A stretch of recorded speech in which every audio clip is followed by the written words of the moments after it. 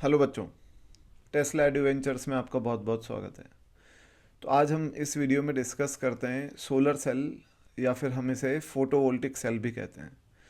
तो देखिए, ऑब्वियसली आपको पता है कि सेल का काम क्या होता है। सेल का काम होता है किसी सर्किट में करंट फ्लो कराने के लिए पोटेंशियल डिफरेंस डेवलप करना। तो ये वही है, और ये कैसे काम करता है हम इसकी बात अभी करते हैं। पर उससे पहले आप इसका सिंबल देखिए कि ये एक सेल को हमने एक सर्किल में बंद करके उस पर ये दो एरो बना रखे हैं, विच मीन्स दैट ये लाइट गिर रही है इस पर, और ये सेल की पोलैरिटी है। तो ये सोलर सेल है।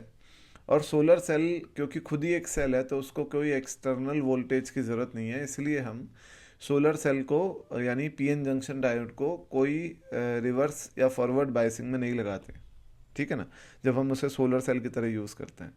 और जैसे ही आप जानते ही हैं कि सोलर सेल जो है वो सनलाइट को इलेक्ट्रिकल एनर्जी में कन्वर्ट करने के काम में आता है।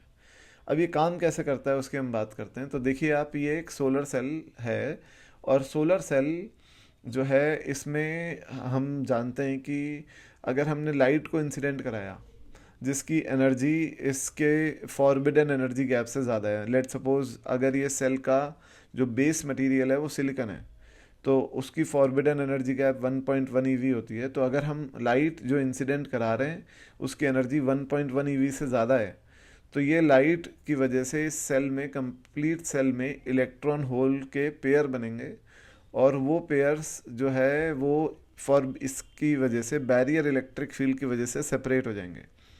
तो होल्स इधर आ जाएंगे और इलेक्ट्रॉन्स इधर आ जाएंगे। तो यहाँ पर एक पॉजिटिव पोलैरिटी बन जाएगी, यहाँ पर एक नेगेटिव पोलैरिटी बन जाएगी, और उस पोलैरिटी डिफरेंस की वजह से ये एक सेल बन जाएगा। और इस सेल को जब हम एक लोड रेजिस्टेंस से जोड़ेंगे तो करंट फ्लो होगा यहाँ पर इस तरीके से।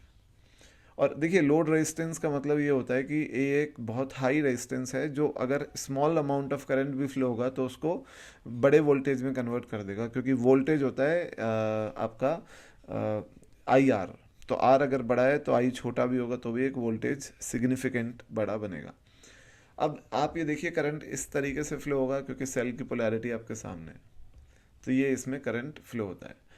अब यहाँ पे अगर हम एक ग्राफ प्लॉट करें इलेक्ट्रिक करंट में और इंटेंसिटी ऑफ सनलाइट में, तो आप ये देखिए कि अगर सनलाइट इस पे हम इंसिडेंट नहीं करा रहे तब भी तो यहाँ पर कोई पोलैरिटी होती है, यहाँ पर होल्स होते हैं, यहाँ पे इलेक्ट्रॉन होते हैं, तब भी तो डायोड की एक नेचुरल पोलैरिटी होती है, पोटेंशियल डिफरेंस होता है।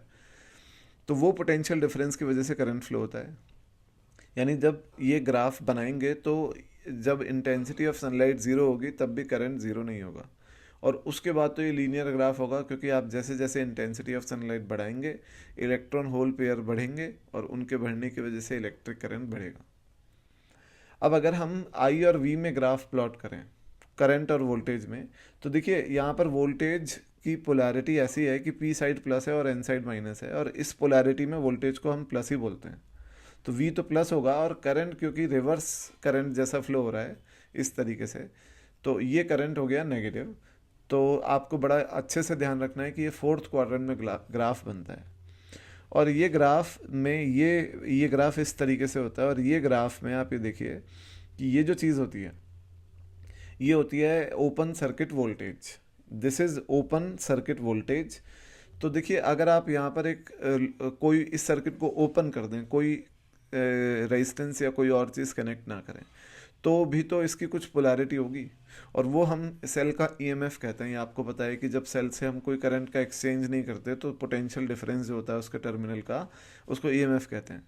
तो ये एक तरीके से सेल का ईएमएफ है जिसको ओपन सर्किट वोल्टेज कह रहे हैं। और आईएस जो है वो शॉर्ट सर्किट करंट है। शॉर्ट सर्किट करंट यानी अगर हमने कोई लोड रेजिस्टेंस नहीं लगाया और अगर हमने इसको दोनों टर्मिनल को आपस में शॉर्ट सर्किट कर दिया, एक वायर से जोड़ दिया जिसका रेजिस्टेंस ज़ीरो है, तो करंट फ्लो होगा बिल्कुल, क्योंकि डायोड के अंदर ही वोल्टेज होगा और अंदर ही रेजिस्टेंस होगा। तो इंटरनल रेजिस्टेंस जो है वो डायोड के अंदर होगा। तो डायोड का ईएमएफ अपॉन इंटरनल रेजिस्टेंस एक करंट फ्लो होगा जिसको शॉर्ट सर्किट करंट कहते हैं। तो आप ये देख सकते हैं कि इस तरीके से ये डायोड की फंक्शनिंग होगी। तो ये देखिए, और ये भी आप जानते हैं ग्राफ ऐसा क्यों आया, क्योंकि देखिए जैसे जैसे करंट बढ़ेगा, तो आपको पता है कि अगर करंट बढ़ रहा है तो नेगेटिव में ही सही, पर अगर करंट बढ़ रहा है तो उसका मतलब है कि हम जानते हैं potential difference across any cell होता है ई माइनस आई आर। तो अगर आई बढ़ेगा तो वी कम होगा। तो इसी वजह से ये डायोड का जो टर्मिनल पोटेंशियल डिफरेंस है कम होता है आई के बढ़ने के साथ। तो बच्चों हर प्रकार के हर टाइप के डायोड्स पूरे हो गए जो आपके सिलेबस में थे। और अब इसके आगे हम डायोड्स पे एक क्वेश्चन का वीडियो देंगे जिसको आप आराम से देख सकते हैं। और क्वेश्चंस देखिए ज़्यादा मुश्किल इसमें बनते नहीं हैं, तो हम जो भी बनते हैं हम उसकी बात करेंगे। जेई एडवांस में ये टॉपिक है नहीं, और मेंस के हिसाब से हम बात कर लेंगे। और उसके बाद हम लॉजिक गेट्स पढ़ेंगे अंतिम वीडियो में। Thank you.